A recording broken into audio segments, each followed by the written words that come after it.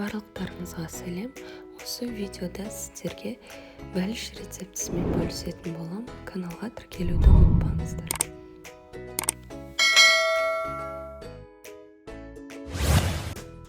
Алдымен ыдысқа жылы сүтті құйып, тұз, қант, ашытқыны саламыз.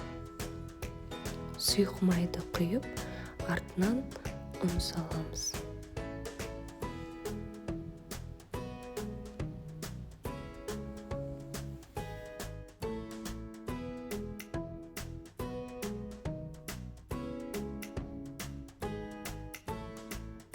Қамырды жақсылап араластырып, бетін жауып, 1-1,5 сағатқа жылы жерге қойып қоямыз.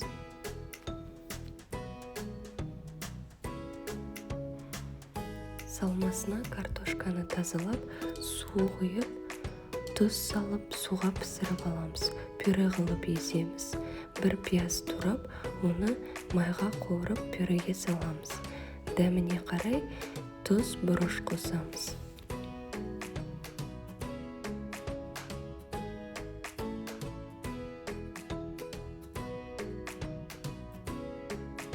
Қамыр көтерілді, қолымызды майлап, дөңгелек пішін қылып, теңдей бөлікке бөлеміз.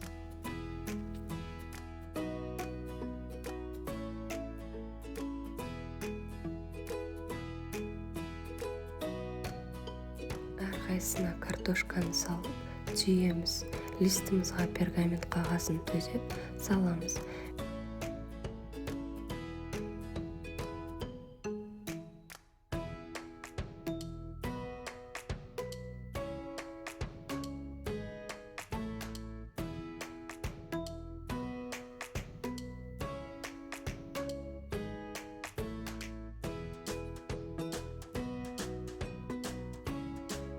Бетіне жұмыртқаның сарысы мен сүтті араластырып жағамыз.